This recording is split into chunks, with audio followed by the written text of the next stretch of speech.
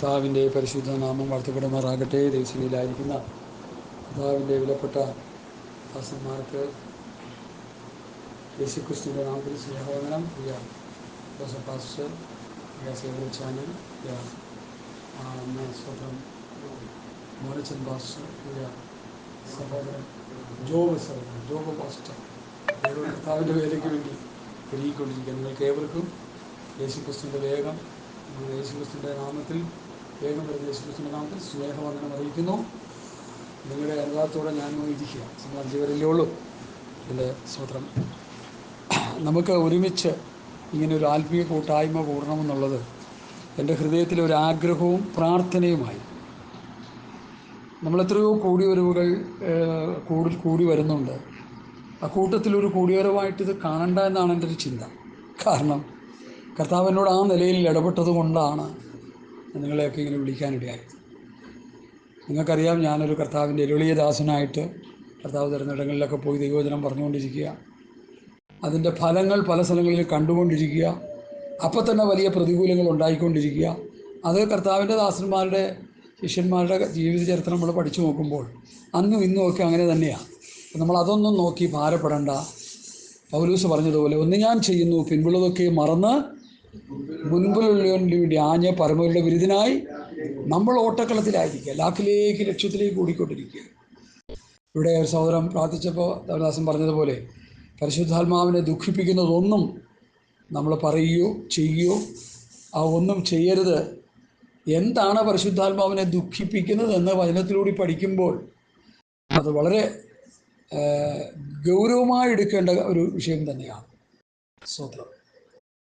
കഴിഞ്ഞ ദിവസങ്ങളിൽ ഞാൻ ദൈവത്തിനെ സംസാരിച്ചുകൊണ്ടിരുന്നപ്പോൾ ഇവിടെയല്ല, പെരുമ്പാവൂരൊരു പുതിയ ഔട്ട് സ്റ്റേഷനിൽ നല്ലൊരു അവിടെ കർത്താവ് മാസം തോറും ഒരു മീറ്റിംഗ് അവിടെ ക്ലാസ്സായിട്ട് നടക്കുന്നുണ്ട്. അവിടെ ദൈവത്തിനെ സംസാരിച്ചുകൊണ്ടിരുന്നപ്പോൾ ഒരു ചിന്ത എൻ്റെ ഹൃദയത്തിൽ കർത്താവ് തന്നു. ഞാനത് അവരോട് പറയാനിടയായി. യേശു കർത്താവ് തൻ്റെ കൂടെ നടന്ന ശിഷ്യനോട്, പത്രോസിനോട് പറഞ്ഞു, യേശുക്രിസ്തുവിൻ്റെ തൻ്റെ ക്രൂശീകരണവും ഉയർപ്പിനെക്കുറിച്ചും ഒക്കെ പറഞ്ഞുകൊണ്ടിരുന്നപ്പോൾ, മനുഷ്യപുത്രൻ കഷ്ടമനുഭവിച്ച് ഈ ലോകത്തിൽ നിന്ന് മാറ്റപ്പെടണം, ക്രൂശിക്കപ്പെടണം, ഉയർത്തെഴുന്നേൽക്കണം. അപ്പോൾ പത്രോസ് നല്ല ഉദ്ദേശത്തോടെയാണ് പറഞ്ഞത്, നിനക്കത് ഭവിക്കരുത്. അപ്പോൾ കർത്താവ് പറഞ്ഞത് മിസ്റ്റർ പാസ്റ്റർ എന്നോ സഹോദര എന്നല്ല, പോപ്പ് വിജായ എന്നാണ് പറഞ്ഞത്. ഇതൊരു ഭയങ്കര ഫീൽ ചെയ്തു എൻ്റെ വിഷയം.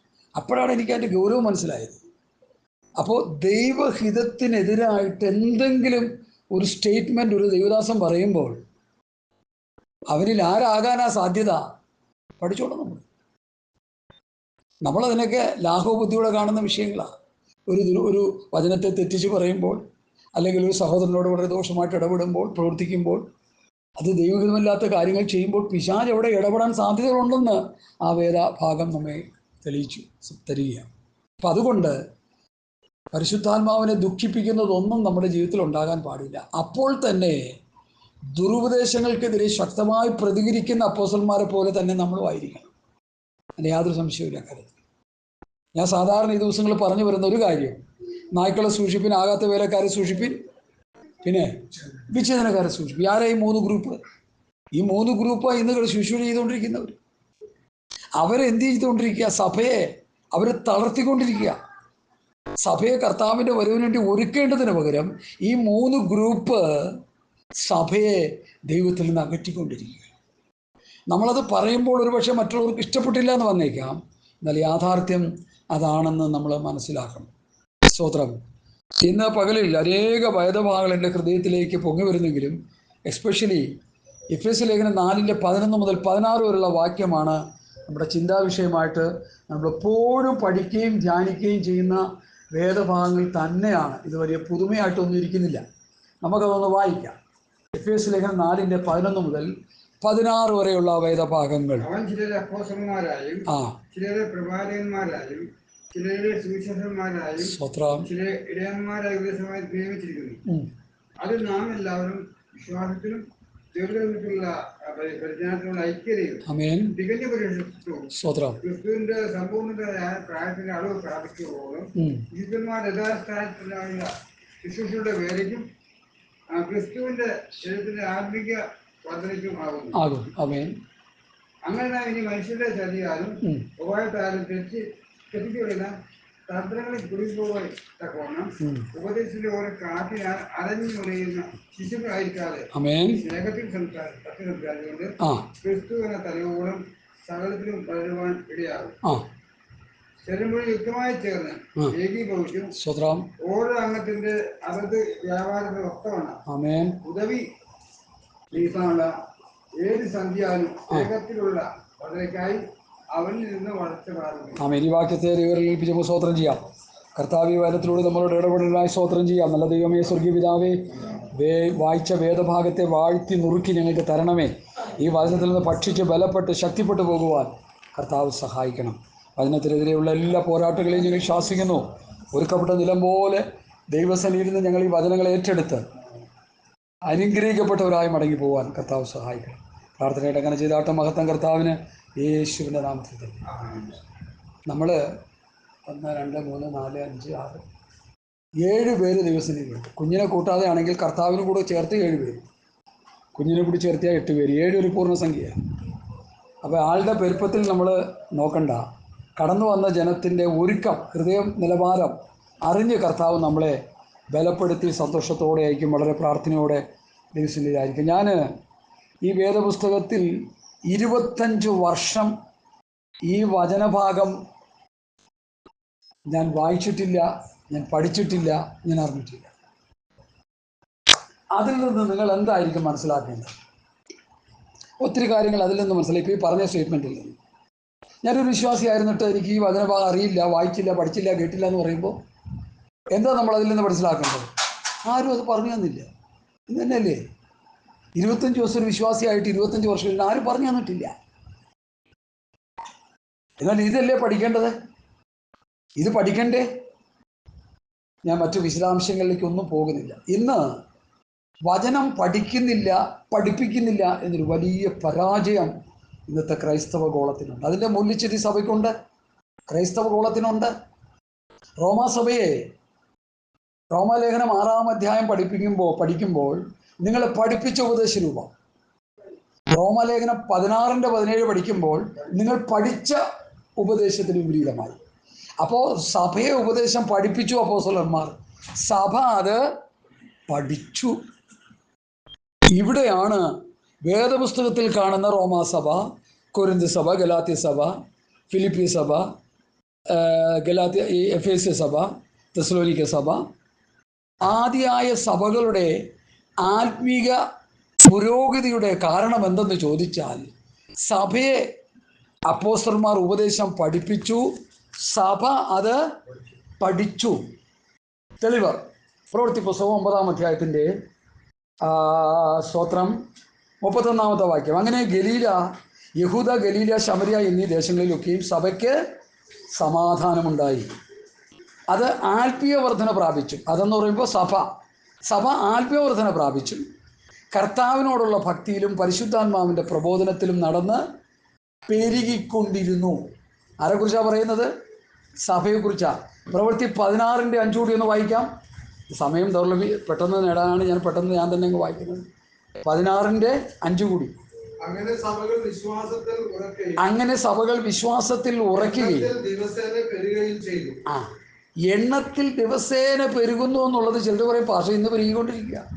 നിങ്ങളെന്തായി പറയുന്നത്? എണ്ണത്തിൽ സഭകൾ പെരുകുകയാണ്. ഞങ്ങളുടെ സഭയിൽ 500 ഉണ്ട്, 1000 ഉണ്ട്, 2000 ഉണ്ട്, 3000 ഉണ്ട്, 4000 ഉണ്ട്.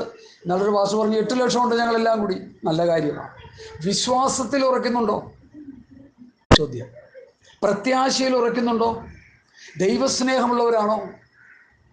ആത്മീക അഭിവൃദ്ധിപ്പെട്ടുകൊണ്ടിരിക്കുന്നവരാണോ? നമ്മളിപ്പോൾ ഈ 9-ന്റെ സ്തോത്രം 9-ാം അധ്യായത്തിൻ്റെ പ്രവൃത്തി 9-ൽ നമ്മൾ വായിച്ച എങ്ങനെയാണ്?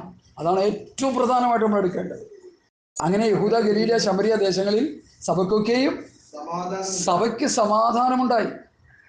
സഭ ആത്മീയവർധന പ്രാപിച്ചു. കർത്താവിനോടുള്ള ഭക്തിയിലും പരിശുദ്ധാത്മാവിൻ്റെ പ്രബോധനത്തിലും നടന്നും പെരുകിക്കൊണ്ടിരുന്നു. എന്താ കാരണം? വായിച്ച നമ്മുടെ പ്രസംഗ വിഷയം അതാ കാരണം. എന്താ കാര്യം? അല്ലല്ല, നോ. പ്രസംഗ വിഷയമാണ് കാരണം. എഫേസ്യർ 4-11-16 വരെ കർത്താവ് സഭയിലെ ശുശ്രൂഷ വൃന്ദങ്ങളെ ആക്കി വെച്ചു. ആരൊക്കെ? അപ്പോസ്തലന്മാർ, പ്രവാചകന്മാർ, സുവിശേഷകന്മാർ, ഇടയന്മാർ, ഉപദേഷ്ടാക്കന്മാർ. ഇവരെവിടെ സഭകളിൽ? ഇന്ന് സഭകളിൽ അപ്പോസ്തലന്മാരെവിടെ? സ്തോത്രം. പ്രവാചകന്മാരെവിടെ? സുവിശേഷകന്മാരെവിടെ? ഉപദേഷ്ടാക്കന്മാരുണ്ട്, ഇടയന്മാരുണ്ട്. എവിടെ? ഉണ്ടോ? അപ്പോൾ പാർശ്വ എല്ലാം ഉണ്ടല്ലോ. അങ്ങനെയെങ്കിൽ പിന്നെ എന്തുകൊണ്ട് ഈ സ്തോത്രം 9:31 സഭ വരുന്നില്ല? സഭയ്ക്ക് സമാധാനമില്ല. സമാധാനമുണ്ടെങ്കിൽ സഭകൾ കോടതി പോകും. ഏതിനു പോകും? സമാധാനമുള്ള സഭകൾക്ക് കോടതി പോകാൻ പറ്റുമോ? പറ്റില്ല. കൂട്ടുസഭയിൽ എന്തോ പ്രശ്നം ഉണ്ടാക്കി, അല്ലെങ്കിൽ വേറൊരു സംഘടന എന്തോ പ്രശ്നം ഉണ്ടാക്കി, അല്ലെങ്കിൽ ലോകക്കാരെന്തെങ്കിലും പ്രശ്നം ഉണ്ടാക്കി, അതുകൊണ്ട് ആ പ്രശ്നം പരിഹരിക്കാൻ എന്ത് ചെയ്യുക? കോടതി പോകും. ഒരു സ്വസ്ഥതയില്ല. ഞാൻ ഉൾപ്പെട്ട് നിൽക്കുന്ന സഭയിലെ പാർശ്വ എന്നോട് പറഞ്ഞതാണ്, സാമ്പ്രദായ ഈ 16-ാം തീയതി ഏതൊരു ആണ്ടും വർഷമൊന്നും ഞാൻ നോക്കുന്നില്ല, ഏതൊരു 16 ഓർക്കുന്നുണ്ട്, രാവിലെ ഇവിടെ വരണം, നമുക്ക് കേസിന് പോകണം. ഞാൻ പറഞ്ഞു എന്തിനാ? അത് വെച്ച് സഭാപരമായിട്ടൊരു പ്രശ്നമുണ്ട്, നമുക്ക് വക്കീലെടുക്കാൻ പോയി. പിന്നെ എന്നെ കിട്ടത്തില്ലെന്ന്, ഈ ഉപദേശമൊന്നും അറിയില്ലെന്ന് ഓർത്തോളാം. അന്ന് എന്നെ കിട്ടത്തില്ല. അതെന്താ കാര്യം? ഞാൻ ഈ കേസിനും വഴക്കിനും പോകുന്നതൊന്നും നമുക്ക് ഉചിതമാണെന്ന് തോന്നുന്നില്ല. അന്നും ഇത്ര അറിവൊന്നുമില്ല എനിക്ക്. ഒരു 2003-2 വർഷങ്ങളിൽ നടക്കുന്ന സംഭവമാണ് ഞാൻ ഈ പറയുന്നത്. ഇതിലേക്ക് 20 വർഷം കഴിഞ്ഞു. അന്നും എൻ്റെ ഉള്ളിൽ കിടക്കുന്നത് കേസിനും വഴക്കിനും ഒന്നും നമുക്ക് പോകാൻ പാടില്ല, ഉപദേശം അറിയില്ലെങ്കിൽ പോലും. അപ്പം അതിൻ്റെ അർത്ഥം കർത്താവ് ആ ഹൃദയത്തിൽ അങ്ങനെ ഒരു ആത്മീയ അനുഭവം തന്നിരുന്നു. അതുകൊണ്ടാണ്. അപ്പം സഭകൾ ഇന്ന് കേസും കോടതിയും വഴക്കുമായിട്ട് പോകുന്നതിൻ്റെ കാരണം സമാധാനമില്ല. ഇവിടുത്തെ സഭകൾക്ക് എന്തുണ്ടായി? സമാധാനമുണ്ടായി. സഭയ്ക്ക് സമാധാനമുണ്ടായി. സഭ ആത്മീയവർദ്ധന പ്രാപിച്ചു. സഭ കർത്താവിനോടുള്ള ഭക്തിയിലും പരിശുദ്ധാത്മാവിൻ്റെ പ്രബോധനത്തിലും നടന്ന് പെരുകിക്കൊണ്ടിരുന്നു. ക്രിസ്തുവിൻ്റെ സമ്പൂർണ്ണതയായ പ്രായത്തിൻ്റെ അളവിലേക്ക് സഭ നടത്തപ്പെട്ടുകൊണ്ടിരുന്നു. സഹോദരങ്ങളെ, ഇന്നത് സംഭവിക്കുന്നില്ല. ഇന്ന് ആ വിഷയങ്ങൾക്ക് മൂല്യച്യുതി സംഭവിച്ചു. എന്ത് സംഭവിച്ചു? സഭയ്ക്ക് ഒരു ഓർഡറായിട്ട് ഞാനൊന്ന് പറഞ്ഞു വരാൻ ആഗ്രഹിക്കുക, പിന്നെ ദൈവാത്മാവ് നടത്തുന്ന പോലെ. പ്രവൃത്തി പുസ്തകം നമ്മൾ പഠിക്കുമ്പോൾ ഒന്നാമത്തെ സഭ അതിൻ്റെ 2-ാം അധ്യായത്തിൽ 42-ാം വാക്യത്തിൽ കാണുന്നതാണ്. അപ്പോസ്തലന്മാരുടെ ഉപദേശം കേട്ട് കൂട്ടായി ആചരിച്ച് അപ്പം നുറുക്കി പ്രാർത്ഥന കഴിച്ചും പോന്നു. അവരെ ആ അധ്യായത്തിൻ്റെ അവസാന വാക്യം കർത്താവ് തൻ്റെ സഭയോട് ചേർത്ത് കൊണ്ടിരുന്നു. വളരെ വ്യക്തമാണ്, കൃത്യമാണ്, ഷാർപ്പായിട്ടാണ് ഞാൻ ഈ വിഷയങ്ങൾ പറയുന്നത്, ഊഹാപോഹങ്ങളായിട്ടല്ല. അപ്പോൾ അപ്പോസ്തലന്മാരുടെ ഉപദേശം കേട്ട് കൂട്ടായി മരിച്ച് അപ്പം നുറുക്കി പ്രാർത്ഥന വെച്ചുകൊണ്ടിരുന്നവരെ കർത്താവ് തൻ്റെ സഭയോട് ചേർത്തുകൊണ്ടിരുന്നു. അപ്പം അല്ലാത്ത സഭകളല്ലേ പാസ്റ്റർ എന്നോട് ചോദിച്ചാൽ എനിക്കറിയില്ല, നിങ്ങൾ തന്നെ മറുപടി പറഞ്ഞു. സഭയ്ക്കൊരു ലിഖിതമായ പ്രമാണമുണ്ട്. ഇനി പഴയ നിയമം നമുക്കൊന്ന് എടുക്കാം. Old testament and new testament, അതാണല്ലോ നമ്മുടെ വേദപുസ്തകത്തിൽ കാണുന്ന 2 പ്രധാന പഠന വിഷയങ്ങൾ. പഴയ നിയമസഭയ്ക്ക് മോശ മുഖാന്തരം കർത്താവ് ഒരു പ്രമാണം കൊടുത്തു. അതിന് മോശൈക പ്രമാണം, മോശയുടെ പ്രമാണം, ഹോവടനായ പ്രമാണം, അങ്ങനെ ഒത്തിരി പേരുകൾ അതിന് പറയുന്നുണ്ട്. അതുപോലെ പുതിയ നിയമസഭയ്ക്ക് ഒരു പ്രമാണം കർത്താവ് കൊടുത്തു. ഗലാത്യർ 6:2 ഒന്ന് വായിക്കാൻ നമുക്ക് പെട്ടെന്നറിയാൻ വേണ്ടി. ഇങ്ങനെ തമ്മിൽ ഭാരങ്ങളെ ചുമപ്പീൻ, ക്രിസ്തുവിന്റെ ന്യായപ്രമാണം. അപ്പൊ ക്രിസ്തുവിന്റെ ന്യായപ്രമാണം നിവർത്തിക്കും. ക്രിസ്തുവിന്റെ ന്യായപ്രമാണം, മോശയുടെ ന്യായപ്രമാണം, യഹോവയുടെ ന്യായപ്രമാണം എന്നൊക്കെ പഴയ നിയമം പുതിയ നിയമത്തിൽ പഠിപ്പിക്കുന്നു. പുതിയ നിയമ പ്രമാണത്തിൽ ക്രിസ്തുവിന്റെ ന്യായപ്രമാണം, ക്രിസ്തുവിന്റെ ഉപദേശം, കർത്താവായ ക്രിസ്തുവിന്റെ പത്യവചനം, ഭക്തികൊത്ത് ഉപദേശം. യാക്കോബിന്റെ ലേഖനത്തിൽ 2 പ്രധാന പദപ്രയോഗങ്ങളുണ്ട്: രാജകീയ ന്യായപ്രമാണം, സ്വാതന്ത്ര്യത്തിന്റെ തികഞ്ഞ ന്യായപ്രമാണം. ഇതൊക്കെ ഇന്ന് സഭകൾ മറന്നിരിക്കുന്നെന്ന് തോന്നിപ്പോകുന്നുണ്ട് ചില സഭ. ആരും ഇത് പ്രസംഗിക്കാറില്ല. നമ്മളൊക്കെ ഇങ്ങനെ പ്രസംഗിക്കുന്നുണ്ട്, പക്ഷെ ആരും ഇത് പ്രസംഗിക്കാനല്ല. അപ്പം അതിൻ്റെ കാര്യം, ഇതിനെക്കുറിച്ച് വ്യക്തതയില്ലാത്ത സഭ മുമ്പോട്ട് പോയിക്കൊണ്ടിരിക്കുക.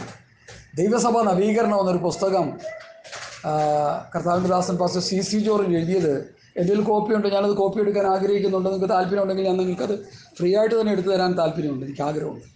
അതിൽ താൻ എഴുതിയിരിക്കുന്ന ഒരു പദം, പേജ് എനിക്ക് മറന്നുപോയി, നേരത്തെ എനിക്കറിയാമായിരുന്നു.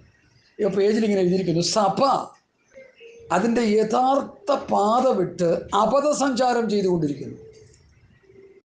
ഞാനത് വായിക്കാൻ തുടങ്ങിയപ്പോൾ ഇതെന്താണ് അബദ്ധസഞ്ചാരം ചെയ്തുകൊണ്ടിരിക്കുന്നു. അതേ, സഭയുടെ പ്രമാണം വിട്ട് സഭ പോയിക്കൊണ്ടിരിക്കുന്നു, തെറ്റായ ദിശയിലൂടെ പോയിക്കൊണ്ടിരിക്കുന്നു. ഈ നിയമസഭയിലെ വാക്പോരുകൾ ഞാൻ ചില സമയമൊക്കെ ഒന്ന് ശ്രദ്ധിക്കാറുണ്ട്. കാരണം അതിൽ നിന്ന് എന്തെങ്കിലുമൊക്കെ നമുക്ക് പഠിക്കാനുണ്ടോ എന്നുള്ള കാര്യം മനസ്സിലാക്കിയിരിക്കുന്നു. അപ്പോൾ വി.ഡി. സതീശനും സുധാകരനും കോൺഗ്രസ്സുകാരൊക്കെ എഴുന്നേറ്റ് ഇങ്ങനെ ശക്തിയോടെ പ്രസംഗിക്കുന്ന കൂട്ടത്തിൽ ഇങ്ങനെ പറയും, സർ എന്ന് വിളിക്കുന്ന ആരെയാ? സ്പീക്കറിനെ വിളിക്കുന്നത്. സർ, ഈ ഭരണപക്ഷം ചെയ്തുകൊണ്ടിരിക്കുന്ന ഈ കാര്യങ്ങൾ ഇന്ത്യൻ കോൺസ്റ്റിറ്റ്യൂഷന് എതിരാണ് സർ, ഭരണഘടനയ്ക്ക് വിരുദ്ധമാണ് ചെയ്തുകൊണ്ടിരിക്കുന്നത്. കാരണം അവർ തമ്മിൽ പറയുന്നുണ്ട്, അവരത് പ്രബോധിപ്പിച്ച് പറയുന്നുണ്ട്. പിണറായി സർക്കാർ കാണിക്കുന്ന, പോട്ടെ ഇടതുപക്ഷ സർക്കാർ ചെയ്യുന്നത് തെറ്റായ പല നയങ്ങളുണ്ട്, അത് ഭരണഘടനയ്ക്ക് വിരുദ്ധമാണെന്ന് അവർ തെളിയിക്കുക. നമ്മളിവിടെ ആരും ഒന്നും പറയുന്നില്ല. ആരെയൊക്കെ പേടിച്ചാൽ നമ്മൾ പറയാതിരിക്കുന്നതെന്ന് എനിക്ക് തോന്നിപ്പോവുക. പേടിക്കേണ്ട കാര്യമൊന്നുമില്ല. വചനവിരുദ്ധമായ കാര്യങ്ങൾ കണ്ടാൽ അതിൻ്റെ ഭാഷാശുദ്ധി കൈവിടാതെ അത് നമുക്ക് എന്ത് ചെയ്യാം? പ്രതികരിക്കാം. ഒരു കുഴപ്പമില്ല. ആരും നമ്മളെ വിഴുങ്ങിയൊന്നും കളയത്തില്ല. അങ്ങനെയൊക്കെ വിഴുങ്ങുന്നെങ്കിൽ പോട്ടെന്ന് വെച്ചോണം. ഭാഷാശുദ്ധി കൈവിടാതെ മാന്യമായ യോഗ്യമായ ഭാഷയിൽ അത് നമുക്ക് അവതരിപ്പിക്കാം. ഒരു കുഴപ്പമില്ല, ഒരു പ്രശ്നവുമില്ല. അതാ ഞാൻ ചെയ്തുകൊണ്ടിരിക്കുന്ന മുഴുവൻ. അതുകൊണ്ട് പലർക്കും നമ്മളോട് താല്പര്യമില്ല, നമ്മൾ ഗണ്യമാക്കുന്നില്ല. നമ്മൾ സത്യം അവർ കേട്ടാലും കേട്ടില്ലെങ്കിലും നീ അവരോട് പറയുക, നിരമേവനോട് കർത്താവ് പറഞ്ഞതുപോലെ നമ്മൾ പറഞ്ഞുകൊണ്ടിരിക്കുക. ഇവിടെ ഞാൻ വിഷയത്തിലേക്ക് മടങ്ങി വരുന്നു. ദൈവമാക്കി വെച്ച് അപ്പോസ്തലന്മാരും പ്രവാചകന്മാരും സുവിശേഷകന്മാരും ഇടയന്മാരും സ്തോത്രം ഉപദേഷ്ടാക്കന്മാരും ദൈവമാക്കി വെച്ചവരുടെ ശുശ്രൂഷ അവരത് ചെയ്തു. അവരാ ശുശ്രൂഷ ചെയ്ത് ജനത്തെ ഒരുക്കിയെടുത്തു. ക്രിസ്തുവിൽ തികഞ്ഞവരാക്കിയ ഒരു കൂട്ടത്തെ അവർ ഒരുക്കിയെടുത്ത് അവർ കാലയവനികയ്ക്കുള്ളിലേക്ക് പ്രവേശിച്ചു. ആര്? ആദിമ അപ്പോസ്തലന്മാർ, ആദിമ ശിഷ്യന്മാർ, ഡിസൈപ്പിൾ എന്നാണ് അവരെ കുറിച്ച് പറയുന്നത്. ആദിമ ശിഷ്യന്മാർ. എന്നാൽ അവർ 3.5 വർഷം പഠിച്ചു കഴിഞ്ഞപ്പോൾ അവർ ആരായി മാറി? അപ്പോസ്തലന്മാരായി മാറി. ആദ്യം ഒരു ശിഷ്യന്മാരായിരുന്നു. 3.5 വർഷം പഠിച്ചു കഴിഞ്ഞു. എന്നോട് കേട്ട പിതാവിൻ്റെ വാഗ്ദത്തത്തിനു വേണ്ടി കാത്തിരിക്കണമെന്ന് പറഞ്ഞു. ഞാൻ പ്രവൃത്തി പുസ്തകത്തിലേക്ക് വരുന്നുണ്ട്. അവർ കാത്തിരുന്നു. പരിശുദ്ധാത്മാവിൻ്റെ അഭിഷേകം പ്രാപിച്ചു. ആത്മാഭിഷേകം പ്രാപിച്ച് കർത്താവ് ആത്മനിയോഗത്താൽ അവരെ ദേശങ്ങൾ അയച്ചു. അവരാ മഹത്തരമായ ശുശ്രൂഷ ചെയ്തു. അവരെ കൊല്ലുവെന്നോ തിന്നുവെന്നോ ഒക്കെ പറഞ്ഞെന്നാലും അവർക്ക് പേടിയൊന്നുമില്ലായിരുന്നു. അവരത് ചെയ്തുകൊണ്ടിരുന്നു. അവരടി കൊണ്ടു, അവർ ഉപദ്രവങ്ങളേറ്റു, അവർ പട്ടിണി കിടന്നു, അവർ കഷ്ടങ്ങൾ അനുഭവിച്ചു. അപ്പോസ്തലന്മാരുടെ ബയോഡേറ്റ 1 കൊരിന്ത്യർ 4-ാം അധ്യായത്തിൻ്റെ 11, 12, 13 ഒന്ന് വായിക്കാൻ എനിക്ക് ആത്മാവിൽ ഹേമമുണ്ട്. 1 കൊരിന്ത്യർ ലേഖനം 4-ാം അധ്യായത്തിൻ്റെ 11, 12, 13 വാക്യങ്ങൾ ഒന്ന് വായിക്കാം. അത് വായിച്ച് പഠിക്കേണ്ട കാര്യം തന്നെയാണ്.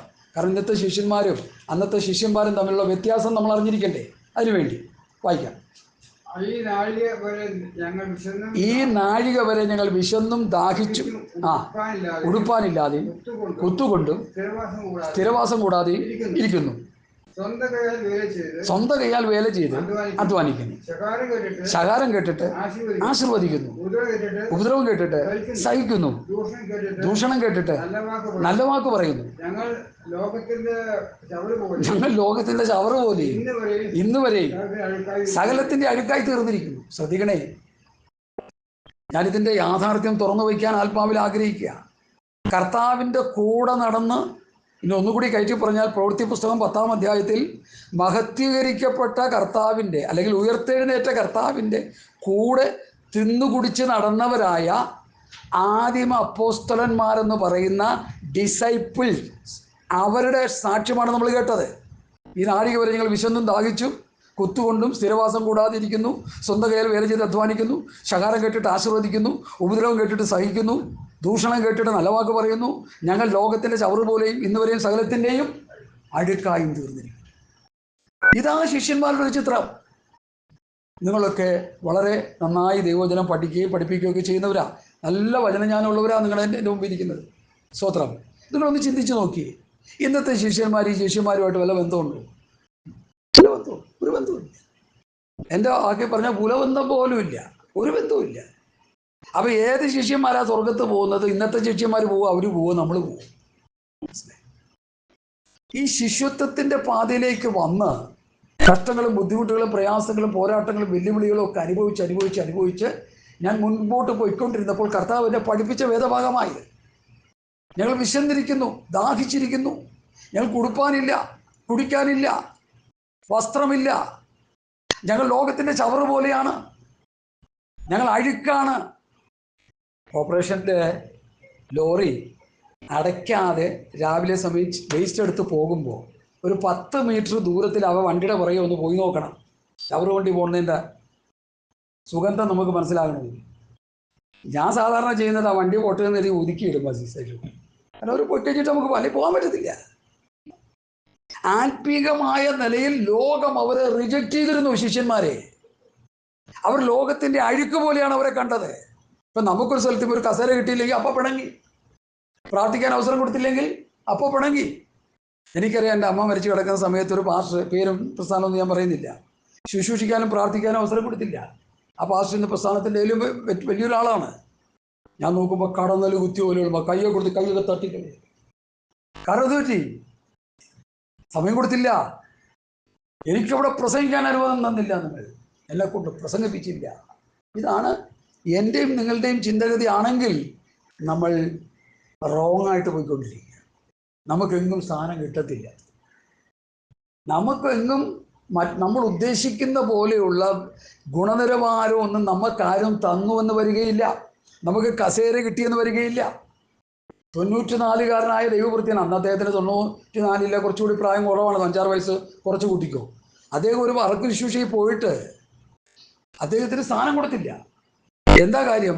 പത്യവചനം, പത്യോപദേശം വ്യക്തമായി കൃത്യമായി പറയുന്ന ആളാണെന്ന് കണ്ടതുകൊണ്ട് ആ സംഘടനയിലെ ഫൈനാൻസ് ഡിപ്പാർട്ട്മെൻറ്റ് യൂതയുടെ ഭാഗത്ത് നിൽക്കുന്ന ആള്, സാമ്പത്തികം കൈകാര്യം ചെയ്യുന്ന ആള് ഒരു പാസ്റ്റർ കൂടിയാണ്. ഈ പാസ്റ്റർ സമയം കൊടുത്തില്ല, ഇരിക്കാൻ പോലും സീറ്റ് കൊടുത്തില്ല. പൊക്കോട്ടെന്ന് പറഞ്ഞു. എന്തോ ഒരു ചെറിയ 2-3 മിനിറ്റ് കൊടുത്തൊരു വാചകം പറഞ്ഞിട്ട് പുള്ളി അങ്ങ് പോയി. സീറ്റ് കൊടുത്തില്ല. എന്താ കാര്യം? ഗലാത്യർ 4:16 കാര്യം ഒന്ന് വായിച്ച. ഗലാത്യർ 4:16 എന്താ അവിടെ എഴുതിയേക്കുന്നത്? ഹല്ലേലൂയ, ഹല്ലേലൂയ, ഹല്ലേലൂയ, സ്തോത്രം. എനിക്കത് കാണാതെ അറിയാം. ഞാൻ നിങ്ങളുടെ ഒന്ന് പഠിക്കാൻ വേണ്ടി അത് അങ്ങനെ ഇരിക്കെ നിങ്ങളുടെ സത്യം പറയുകൊണ്ട് ഞാൻ ശത്രുവായി പോയി. പൗലോസ് എഴുതിയ വചനമാണ്. ഈ വചനം കേൾക്കുമ്പോൾ എനിക്കൊരു അറിയാം, ഒരു സഹോദരനറിയാം, പുള്ളിക്ക് ഭയങ്കര സങ്കടം, ഫീലിംഗ് ഒക്കെയാണ്. എന്തിനാ ഫീലിംഗ് എടുക്കുന്നത്? നിനക്ക് ഫീലിംഗ് ഒന്നും എടുക്കേണ്ട കാര്യമില്ല. നീ സത്യം പറഞ്ഞു വെച്ചാൽ മതി, അപ്പോൾ ഒരു ഫീലിംഗ് ഉണ്ടാവില്ല. നീ കള്ളത്തരം പറയുന്നതുകൊണ്ടാണ് നിനക്ക് ഫീൽ ചെയ്യുന്നത്.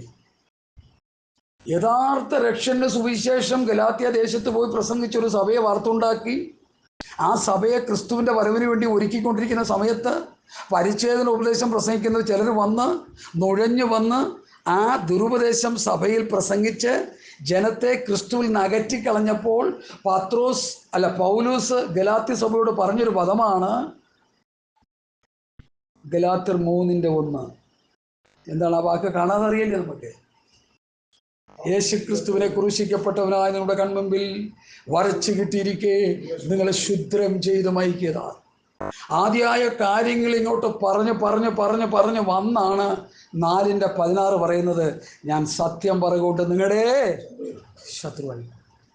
സഹോദരങ്ങളെ, ഈ കാലഘട്ടത്തിൽ യഥാർത്ഥമായ ദൈവവചനം നമ്മൾ പറയുമ്പോൾ നമ്മൾ ശത്രുക്കളായി മാറും. ഭാരപ്പെടേണ്ട, നമ്മൾ കർത്താവിൻ്റെ മിത്രങ്ങൾ തന്നെയാണ്.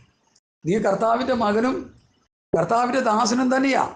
നീ സത്യം പറഞ്ഞങ്ങ് മരിച്ചോ?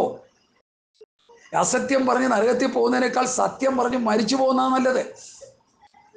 ഹല്ലേലൂയ, സ്തോത്രം. അപ്പം ഞാൻ പറഞ്ഞു വരുന്നതിൻ്റെ താല്പര്യം, ദൈവമാക്കി വെച്ച ശുശ്രൂഷ വൃന്ദങ്ങളുടെ കർത്തവ്യം നമ്മൾ നിറവേറ്റുന്നുണ്ടോ എന്ന് കർത്താവിൻ്റെ ദാസന്മാരായ നിങ്ങളോട് ഞാൻ ചോദിക്കുക. ഇത് യൂട്യൂബിൽ വരെ മെസ്സേജ് പോകുന്നുണ്ട്. ലോകത്തുള്ള എല്ലാ പാസ്റ്റർമാർക്കും ഞാൻ ഈ പ്രസംഗങ്ങൾ ഇട്ടു കൊടുക്കുന്നു. അവരെല്ലാം കേൾക്കട്ടെ. ദൈവം നിങ്ങളെ ആക്കി വെച്ചു എന്നുള്ള ബോധ്യമുണ്ടോ? ഒന്ന്, അങ്ങനെ ആക്കി വെച്ചെങ്കിൽ ദൈവം ആക്കി വെച്ച ആദിമ സഭയുടെ ആത്മീക നിലവാരത്തിലേക്ക് നമ്മൾ വരുന്നുണ്ടോ എന്നുള്ളതാണ് ഇവിടുത്തെ വിഷയം. അതെന്താ ആത്മീയ നിലവാരം? അവൻ ചില അപ്പോസ്തലന്മാരായി, ചില പ്രവാചകന്മാരായി, ചില സുവിശേഷം ഇടയന്മാരെ ഉപദേഷ്ടാക്കന്മാരായി നിയമിച്ചിരിക്കുന്നു. ഓക്കെ, ആ നിയമിച്ചിരിക്കുന്നത് അതെന്നുള്ളൊരു പദം അവിടെ ഉണ്ട് കേട്ടോ. എപ്പിസോഡിൽ നിയമിച്ചിരിക്കുന്നു എന്ന് പറഞ്ഞിട്ട് അത് എന്നെഴുതിയിരിക്കുന്നത്. ആ അതെന്ന വാക്കിൻ്റെ അർത്ഥം നിയമിച്ചത് എന്നാണ് നമ്മൾ പഠിക്കേണ്ടത്. അത് നാം എല്ലാവരും എന്ന് പറയുമ്പോൾ ഇൻക്ലൂഡിങ് പൗലൂസ് ഉൾപ്പെടുന്നുണ്ട് അതിൽ. നാം എല്ലാവരും വിശ്വാസത്തിൽ ദൈവപുത്രനെ കുറിച്ചുള്ള പരിജ്ഞാനത്തിലുള്ള ഐക്യത, തികഞ്ഞ പുരുഷത്വം, ക്രിസ്തുവിൻ്റെ സമൃദ്ധ പ്രായത്തിൻ്റെ അളവ് മതി. അവിടെ കേട്ടെ, അവിടെ നമുക്ക് പിന്നെ വരാം. ഈ 4 കൂട്ടം കാര്യങ്ങൾ നമുക്ക് ഒന്നായിരിക്കണം. ഹല്ലേലൂയ. നമ്മൾ എന്തെങ്കിലുമൊക്കെ പറഞ്ഞോട്ടെ. അല്ല, കർത്താവിൻ്റെ ദാസൻ പാസ്റ്റർ CC ജോർജ് ഞങ്ങളെയൊക്കെ വചനം പഠിപ്പിച്ച കർത്താവിൻ്റെ ദാസനാണ്. മനോജൻ പാസ്റ്റർ, പ്രിയ ജോസഫ് പാസ്റ്റർ, ഞങ്ങളെയൊക്കെ വചനം ഞങ്ങളുടെ ഗുരു അദ്ദേഹം ഒരു സാധാരണ ഒരു പല്ലവി പറയാറുണ്ട്. ഞാനും അത് പറയാറുണ്ട്. കാരണം യോഗ്യമാണെന്ന് തോന്നുന്നുണ്ട്. ഒരു വാക്യം വായിച്ചിട്ട് വല്ലതുമൊക്കെ പറയുക. ഒരു വാക്യം വായിച്ചിട്ട് വല്ലതുമൊക്കെ പറയും. എന്നിട്ട് അവിടെ നിന്ന് ഇവിടെ നിന്നൊക്കെ കാണിയേറി എന്തെങ്കിലുമൊക്കെ പറഞ്ഞൊപ്പിച്ച് സമയം പൂർത്തീകരിച്ച് സ്വോത്രാഴ്ചയം മേടിച്ച് രംഗം ഫലം വിടുക. അതല്ല ശുശ്രൂഷ. നമ്മളൊരു വേദഭാഗം എടുത്ത് പഠിപ്പിക്കുമ്പോൾ അതിൻ്റെ മുമ്പും പിൻപുമുള്ള കാര്യങ്ങളെ മനസ്സിലാക്കി, കാര്യകാരണ സഹിതങ്ങളെ മനസ്സിലാക്കി ജനഹൃദയങ്ങളിലേക്ക് ആ സബ്ജക്റ്റിനെ സ്പ്രെഡ് ചെയ്ത് വിടുക, അവരുടെ ഉള്ളിലേക്ക് പ്രവേശിപ്പിക്കുക വിഷയങ്ങളെ. അതാ പ്രസംഗം. സത്യവചനത്തെ യഥാർത്ഥമായി പ്രസംഗിക്കുക. അതാണ് നമ്മൾ ചെയ്തുകൊണ്ടിരിക്കുന്നത്. ദൈവമാക്കി വെച്ച ശുശ്രൂഷ വൃന്ദങ്ങളിൽ 4 കാര്യങ്ങൾ: വിശ്വാസത്തിൽ, ദൈവപുത്രനെ കുറിച്ചുള്ള പരിജ്ഞാനത്തിലുള്ള ഐക്യതയിൽ, തികഞ്ഞ പുരുഷത്വം, ക്രിസ്തുവിൻ്റെ സമ്പ്രദായ പ്രായത്തിൻ്റെ അളവ്. ഇത് 4 പ്രാപിക്കാനാണ് ദൈവം സഭയിൽ ശുശ്രൂഷ വൃന്ദങ്ങളെ ആക്കി വെച്ചിരിക്കുന്നത്. ഇതൊന്ന് സംഭവിക്കുന്നുണ്ടോ? നിങ്ങൾ തന്നെ പറഞ്ഞാൽ മതി. സംഭവിക്കുന്നുണ്ടോ പാസ്റ്റർ? ഇല്ല. ഒരുപോലെ നമ്മൾ തലകുലുക്കി സംഭവിക്കേണ്ടി വരും. അങ്ങനെയെങ്കിൽ എനിക്ക് പറയാനുള്ളത്, നമ്മൾ അപ്പോസ്തലന്മാരുടെ ആ സിസ്റ്റത്തിലേക്കൊന്ന് മടങ്ങി വരും. അല്ലാതെ നമുക്ക് രക്ഷയില്ല. നമുക്ക് നൂതനമായ ഈ ലോകത്ത് പല സംവിധാനങ്ങളുണ്ട് വചനം പഠിക്കാനും പ്രസംഗിക്കാനും. ഞങ്ങളൊരു പാസ്റ്ററിനോട് പറയണ്ടായി, അത് ഇൻ്റർനാഷണൽ പാസ്റ്ററാണ് പറഞ്ഞത്, എന്തെങ്കിലും സംശയം ഉണ്ടെങ്കിൽ ഗൂഗിളിലോട്ട് തപ്പിയാൽ മതിയെന്നു. ഞാൻ പറഞ്ഞു, ഗൂഗിളിൽ തപ്പിയാൽ കിട്ടാൻ സാധ്യത കുറവായിരിക്കും, വല്ലതൊക്കെ ആയിരിക്കും കിട്ടുന്നത്. ഞങ്ങൾ സാറിൻ്റെ പുസ്തകം വായിക്കാറാണ് പതിവെന്ന്. അതുകൊണ്ടാക്കാനൊന്നും പോയി പുസ്തകം വായിച്ച് മനസ്സിലാക്കുക, ഞങ്ങൾ പ്രാർത്ഥിക്കുക, പുസ്തകം വായിക്കുക എന്നുള്ളതാണ്. ഗൂഗിളിലൊക്കെ തപ്പിക്കഴിഞ്ഞാൽ ഗൂഗിളിൽ റൂട്ട് മാപ്പ് ഇട്ടുകൊണ്ട് ഒരാൾ പോയി 2 പേരും കൂടി ഒരു കുളത്തിൽ പോയി ചാടിയ ചരിത്രം നമ്മളെല്ലാവരും വായിച്ച് കേട്ടതാണ്. ഞാനും എൻ്റെ അനിയൻ്റെ മകനും പാലും കൂടി ചേർന്നൊരു വിഷയത്തിന് വേണ്ടി ഞങ്ങൾ പോയതാണ്. ഇവിടെ ഒരു സ്ഥലത്ത് ഒരു വീട് കയറി താമസത്തിന് കണ്ടുവാണ്, അല്ല കല്യാണത്തിൻ്റെ ഒരു ആവശ്യത്തിനാണ് പോയതാണ്. ഗൂഗിളിൽ പോയിട്ട് ഞാൻ പറഞ്ഞിടാം, മോനെ നമ്മളെത്തിയില്ലല്ലോ, ഗൂഗിൾ വഴി ഇങ്ങോട്ട് കാണിക്കുന്നുണ്ട് അങ്ങോട്ട് കാണിക്കുന്നു, പോയിട്ടൊന്നും എങ്ങും എത്തിയില്ല. അപ്പോൾ എനിക്ക് മനസ്സിലായി, ഗൂഗിളും സംഗതി പോക്കാം. സ്വോത്രം.